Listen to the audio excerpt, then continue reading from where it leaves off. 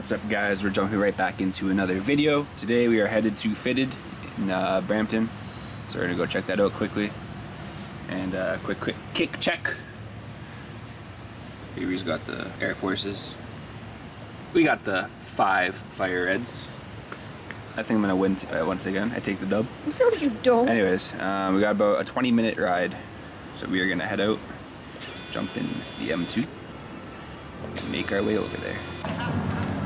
Got that parking lot fire.